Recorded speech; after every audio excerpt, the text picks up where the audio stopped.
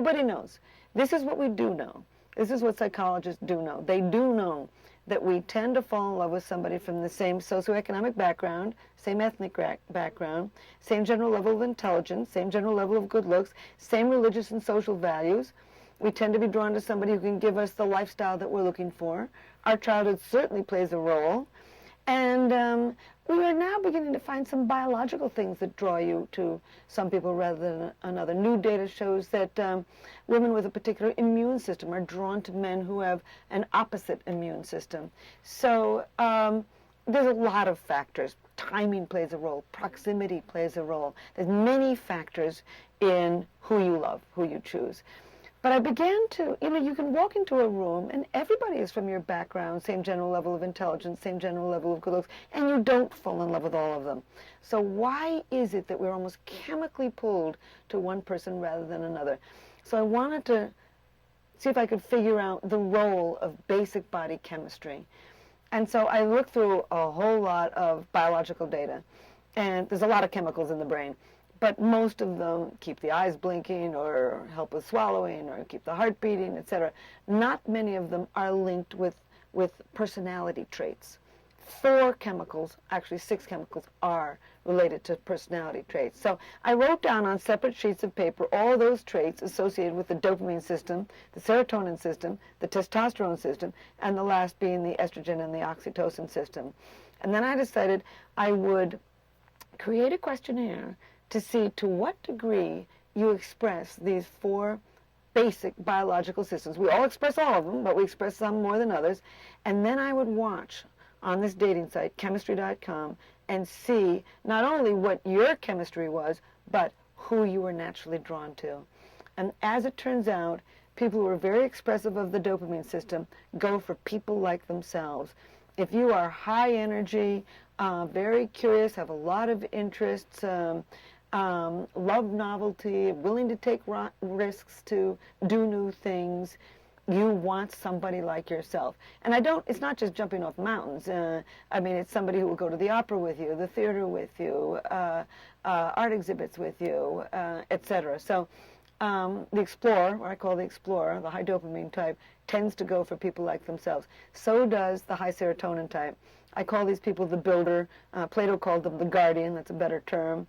These people are cautious, but not fearful. They're conventional, traditional. They are calm, social. They're very managerial. They're very good. They're very thorough, punctilious, orderly, conscientious, loyal. They want somebody like themselves. Serotonin goes for serotonin. But the last 2 types, people who are expressive of the testosterone system, go for people who are expressive of the estrogen system, excuse me. But the last 2 types, those 2 people who are, those who are expressive of the testosterone system, both men and women, tend to be attracted to those who are their opposites, those who are expressive of the estrogen system. I think a very good example is Hillary and Bill Clinton. She is, I think, very expressive of the testosterone system, direct, decisive, tough-minded, certainly very ambitious, self-contained. And where does she go? She goes for Bill. Very much of the high estrogen. He's probably got high testosterone too, but he's certainly very high estrogen. I mean, he cries when Hillary makes a speech. He feels everybody's pain. He sees the big picture. The whole world knows he can't stop talking. Linguistic skills are in the estrogen system. He's got wonderful people skills. I'm glad the government sent him into North Korea to get those 2 girls out rather than his wife. But anyway, the high estrogen and the high testosterone tend to be attracted to each other.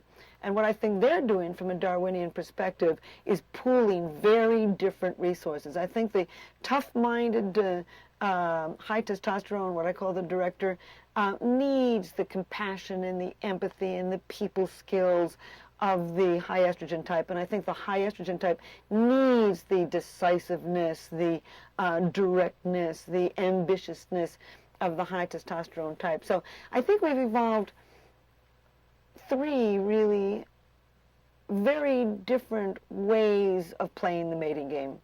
I think that the high testosterone and high estrogen are pooling very different resources to raise their babies. They've got very find strength between the two of them. I think that the very traditional type, what I call the builder, is capitalizing on very powerful strengths for raising babies when they marry another builder. This other person's going to respect the rules. They're going to follow traditions. They're going to be loyal. It's a very strong combination for raising babies. But I wondered, why is it that two of the explorer types, the high dopamine types, if they're both great adventurers, who's going to take care of the baby while they just race off to climb Mount Everest?